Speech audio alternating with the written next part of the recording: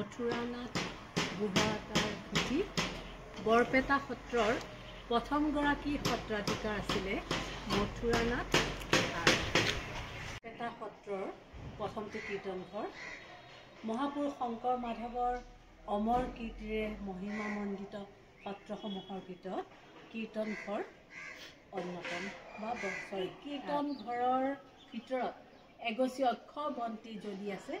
যিগছি বন্তি মহাপুৰুষ মাধৱদেৱে জ্বলাই গৈছিল সেই বন্তি গছি আজিও অক্ষয় বন্তিৰূপে জ্বলি আছে।